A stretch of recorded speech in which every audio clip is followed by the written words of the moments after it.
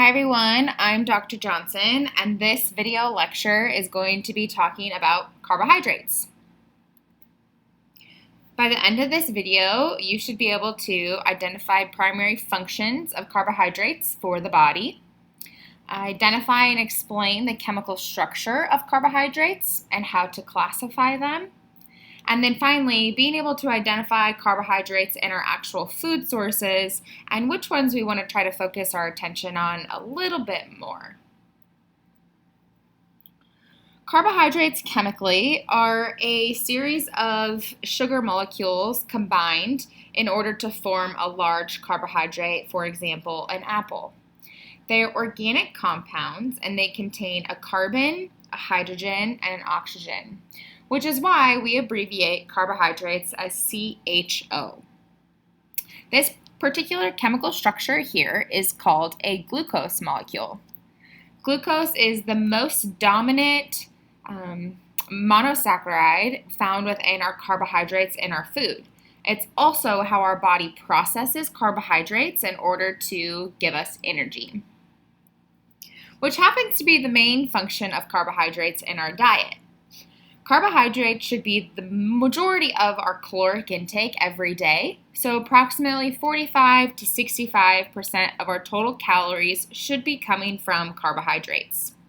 Now, there's a couple of things here that we can talk through a little bit later as to if somebody should follow a low carbohydrate diet or if someone should follow a higher carbohydrate diet. Now, this range of 45 to 65% really depends on activity levels. For example, if somebody is an endurance runner, they're going to want to have more of that 65% of their total calories coming from carbohydrates. Compared to somebody who's a little bit more sedentary, we're going to have them closer to about that 45% of their total diet coming from carbohydrates. We'll be talking later in this lecture about what carbohydrates we want to focus on, but don't just automatically deem carbohydrates as bad foods. Carbohydrates contain a lot of different food groups in our system, and it's important to not demonize one particular group of macronutrients just because maybe carbohydrates like your cakes and your cookies have been identified as, quote, bad. However, it's important to not use that language when we're looking at food. So let's get back to the primary function of carbohydrates. Carbohydrates is our dominant energy source because our bodies like to run off of glucose. So I kind of look at carbohydrates as being the gasoline for our bodies. Just like we put gas into our car in order for it to drive, it's the same thing for our bodies. We need carbohydrates because we need that glucose in order to function and move around. We can also use carbohydrates as storage, which we'll talk about in just a little bit, and it helps to spare body proteins. So what that means is someone who is not consuming enough carbohydrates, your body's going to start looking for alternative substance in order to provide that energy. We'll be talking about that a little bit more when we get into the lipid section. It's important to identify, too, that red blood cells and our brain use glucose exclusively for their energy source. So it's very important that we get adequate carbohydrates, or at least a minimum amount of carbohydrates every day, which is approximately 130 grams of carbs per day for an adult. Now, we break down carbohydrates into an individual glucose molecule. And glucose is a fancy word for sugar that then helps convert into energy in our bodies. Our storage form of carbohydrates is glycogen. When we consume carbohydrates, and let's say we have a rather large meal and we're eating extra carbs, what happens is we actually store that for kind of, quote, a rainy day. So think about when you're driving your car and you run out of gas. Well, you can tap into that extra tank of gas that's in the back of your car, like maybe in one of those gas jugs for emergencies. That would be your glycogen in your body. So glycogen is how we store glucose in the body. Now, there are only two places in our body that we actually store glycogen. That is our liver, and that is our skeletal muscle. Both of these places are the only areas within the body that we are able to store extra glucose as glycogen. This becomes very important for us to be able to control our blood sugars, especially when we're running low on energy. We'll get into that a little bit later in this unit. So let's break down the actual chemical structure of carbohydrates. There are two classifications, either a simple carbohydrate or a complex carbohydrate. A simple carbohydrate is either a monosaccharide, so it's just one sugar molecule. So for example, this is a glucose. Or it's a disaccharide. So di means two. So we have two sugar molecules bonded together that makes a disaccharide. Again, saccharide is a fancy word for sugar. Then we have complex carbohydrates, which would be your polysaccharides or oligosaccharides, which we'll show on another slide. So that is when there are three or more sugar molecules bonded together, then it is considered a polysaccharide, which means many sugar molecules. Now it's important to understand this process because there are three monosaccharides, there are three disaccharides, and then there are several different polysaccharides that we'll be talking about. Monosaccharides is one sugar molecule. There are three different monosaccharides found within our food system. The first one here is glucose, and I'm sorry the picture is a little blurry. Glucose is the most dominant monosaccharide in our food system, as well as the dominant sugar source in our body that gives us energy. Fructose is the second monosaccharide, commonly found in, what do you think? Fruit, you're right. And then galactose is our third monosaccharide. That's not quite as common, but it's going to bond with one of these other monosaccharides to make something that we all know. Now let's look at our disaccharides. So disaccharides are when two monosaccharides form a bond together. So the first disaccharide is the one that's pictured here, which is sucrose. Sucrose is when glucose and fructose combine together to make a disaccharide. So they're bonded together. And this is your common table sugar, right? So the granulated sugar that you cook with, the granulated sugar that you make lemonade with, that is sucrose. Then we have lactose. So this is where that monosaccharide galactose comes from, and then it's combined or bonded with glucose. So glucose molecule bonded with a galactose molecule is lactose. Now lactose is the major sugar found in milk products. Now when somebody is lactose intolerant, their body actually cannot break this bond right here. So instead of glucose and galactose going through the digestive system separately, they actually stay bonded and intact to one another. So then when it gets down into the large intestine, they're supposed to be separated. But because they're still bonded, what happens is fermentation, and that's where you feel the abdominal cramping, the stomach aches, maybe diarrhea. So people who are lactose intolerant actually don't have lactase, which is the enzyme that breaks apart this bond here in their bodies. So they can take a Lactaid or they just avoid dairy products. The third disaccharide is maltose. Maltose is a glucose and a glucose molecule combined. This is mostly a byproduct of breaking down starches in our food and as well as in our bodies. Now, oligosaccharides is going to be 3 to 10 sugar molecules combined. So this is an example. We have 1, 2, 3, 4, 5 sugar molecules here, and that would be called an oligosaccharide. There are two types of oligosaccharides, which is raffinose and staphylos. This is dominantly found in plant foods, so things like onions, legumes, and wheat is going to give us that raffinose and staphylos, which are oligosaccharides. Now, a funny little thing here is that the raffinose and staphylos is actually the gas-producing agent that we find in beans and legumes. A really fun fact, too, is that human milk, so breast milk, contains a large amount of these oligosaccharides in order to help soften the stools and act as fiber for the infant so that the infant can have adequate bowel movements. It's pretty amazing how the body is designed. Now finally, we have polysaccharides. Now polysaccharides are these long chains of carbohydrates and all of the glucose molecules combined. So there are two. So for example, amylose, this is a very long strand of a carbohydrate, and it repeats this glucose bond with a glucose bond with a glucose bond, on and on and on.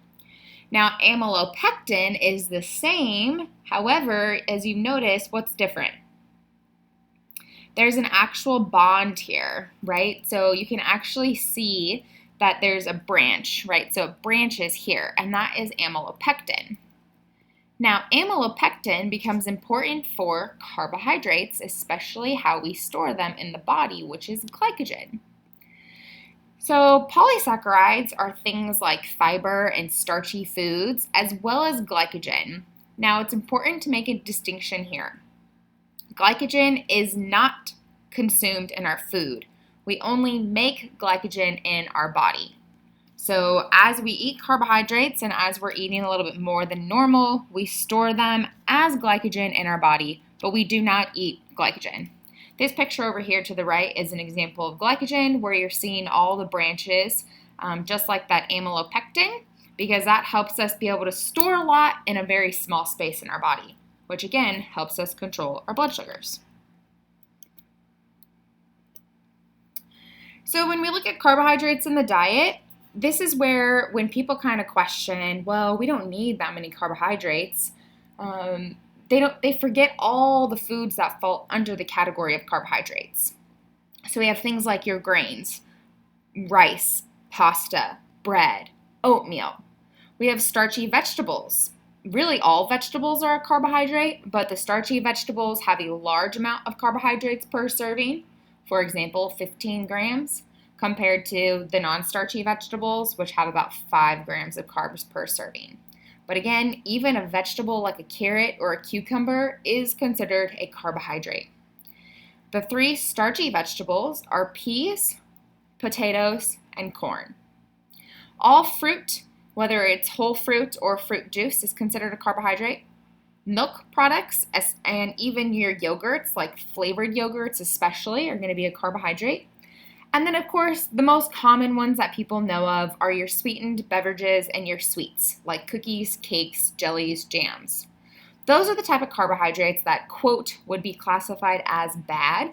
So we really want to focus on the top 4 bullet points here and getting most of our carbohydrates from the more nutrient-dense carbohydrates that provide us a lot of other health benefits outside just a cup full of sugary water, for example, would be soda. So this is an important distinction when we look at carbohydrates because there are either natural sugars or added sugars. However, some foods can have both naturally occurring sugars and added sugars. So let's look at the difference and then let's look at some examples. Here you can see a donut, which what do you think? Is that considered natural or added? If you said added, you guessed it right? We created that donut by putting, let's say, granulated sugar, powdered sugar, brown sugar, maybe maple syrup, whatever it may be to make that donut. So that's considered added sugar.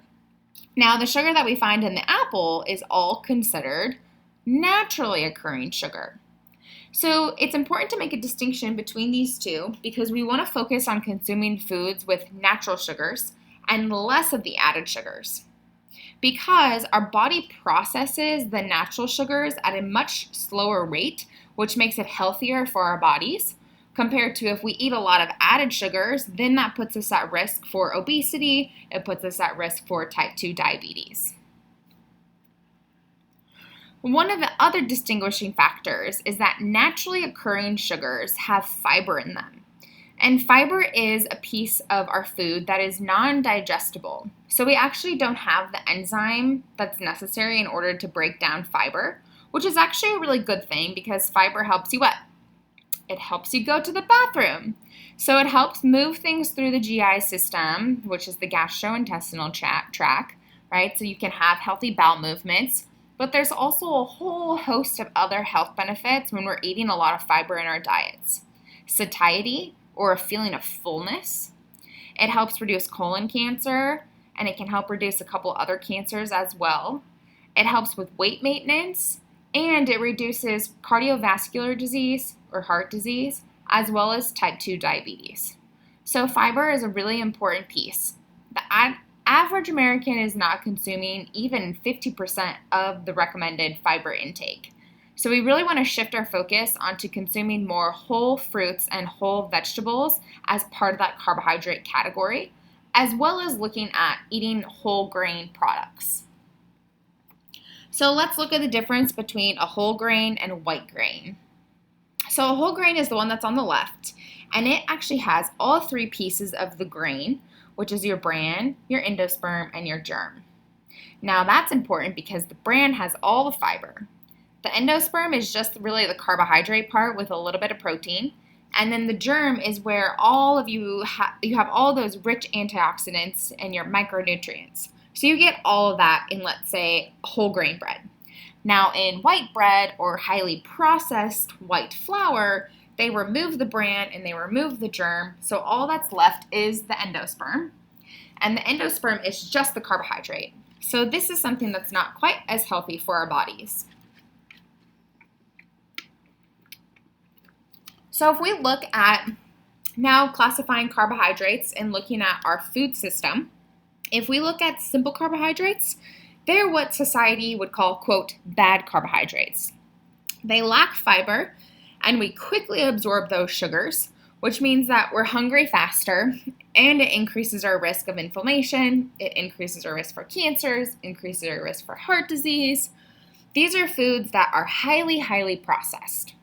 Now, it's important to distinguish all food is slightly processed, but how processed it is. The more processed, well, then that means we've pulled out a lot of the healthy, beneficial nutrients in it, and it's not going to benefit us as much. So things like your white bread, your white pasta, your baked goods, your high sugary foods and beverages are your simple carbohydrates. We want to try to limit the amount of simple carbohydrates that we're eating every day and consume more complex carbohydrates. Now, complex carbohydrates have a lot of fiber in them, and we have a slower absorption of that glucose coming into our body because of the fiber content. So complex carbohydrates are your fruits, whole fruit, whole vegetables, whole wheat bread, whole wheat pasta. All of these, oatmeal, for example, all of these have a lot of fiber in them, and they're really loaded with a lot of nutrients that are beneficial for health. So we want to shift our focus onto consuming more complex carbohydrates and less simple carbohydrates. So I want you to pause this video really fast. I want you to classify simple carbohydrates into the chemical structure and then as well as what you would have as a food example. And then I also want you to do that with the complex carbohydrates. This is all both based off of the chemical structure. So we have the simple carbohydrates, which I'll just tell you this box will be monosaccharide, this box will be disaccharide, and then you have your complex carbohydrates, which would be oligosaccharide, and then polysaccharide. So pause the video and try to fill this out and see how well you retained the information. Here's what you should have gotten. So again, pause it, double check. That's how we classify them based off of their chemical structure. Now, how exactly do we get glucose from the carbohydrates and make it into energy for our body? It's a very complicated system. We'll be reviewing this in more depth once we get to the metabolism unit. However, this will be a very brief overview. Now let's look back at our whole carbohydrate. So your fruits, your vegetables, your milks, your grains, etc. We have to digest those very large carbohydrate molecules into the individual molecule, which is your glucose. That is called digestion. Now, we have that glucose molecule as an individual small component, so we can absorb it into our bloodstream. So that's absorption. So now in our bloodstream, this would be high blood sugar. Now, high blood sugar is a natural process after we consume food because it's the route that our food is taking in order to make energy in the body. Chronic high blood sugar is when it becomes an issue, and that's called diabetes, whether it's type 1 or type 2. We'll be reviewing that later. We need to get this little green guy out of the bloodstream and into the cell. So that's where insulin comes in. So if the purple circle is the cell, in order to get the glucose inside the cell, insulin has to be activated. So insulin takes that glucose and puts it in the cell. And once that individual glucose is inside the cell, it then goes through a very complicated system and we get ATP, or our body's form of energy. So it's a very long process, but a very crucial process in order for us to extract the energy out of food.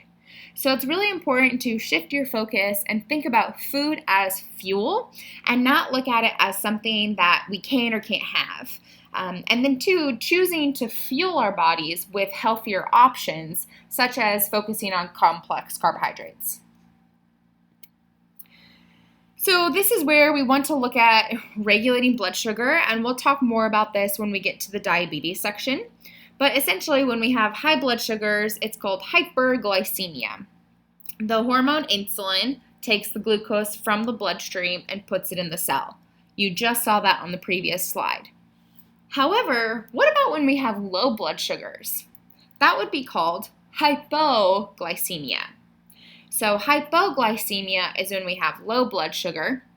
So your body starts to recruit these hormones, and glucagon and epinephrine go to glucose that we previously stored. How do we store glucose in the body? Glycogen. So it's going to go to the liver, and it's going to get the glucose or the glycogen in the liver, and it's going to break it down to glucose. And that then is going to be able to go into the bloodstream and normalize the blood sugar. But where else do we store glycogen in the body? Skeletal muscle. Now it's important to distinguish. Skeletal muscle does not provide glucose to the bloodstream. The glycogen that's in our skeletal muscle can only be broken down and used inside that specific muscle. It cannot help normalize our blood sugar. So only the glycogen found in our liver helps normalize our blood sugars when we are hypoglycemic. So there's this fancy word that a lot of people are throwing around, or diet, maybe the low glycemic index diet or the GI diet. Basically, foods get a score as to how quickly they elevate your blood sugars. So a high glycemic food would increase your blood sugars very fast, and then you might dip really low. So if you think about soda, for example, soda is going to have a super high glycemic index and then down low. And then a low glycemic index food or a low GI food, you may see this terminology as like a marketing scheme with food products. You're going to have more of a stable blood sugar. Now, it's optimal to have a stabilized blood sugar, and this is why we want to have complex carbohydrates. Because fiber, for example, is going to reduce the GI load, and it doesn't raise our blood sugars as much, which is a very good thing. However, some data can be skewed when we're looking at a low glycemic index food. For example, peanut M&Ms. Because of the fat and the protein within the actual peanut, inside that peanut M&M, it actually scores as a low GI food. So that's not necessarily the healthiest food option. So we really want to try to just focus on consuming more complex carbohydrates and limiting the added sugars. So let's talk about the sugar and added sugars. What types of sugar matter? There's a debate between whether fructose or glucose is a little bit healthier for us, depending on the makeup of the actual sugar. But I want to share this picture with you. A lot of people think that honey, maple syrup, coconut sugar, and agave nectar are considered, quote, natural sugars. Table sugar is actually coming from a plant as well, so we need to keep that in mind, that table sugar is also natural. However, it is also important to distinguish that all of these sugars are considered added sugars.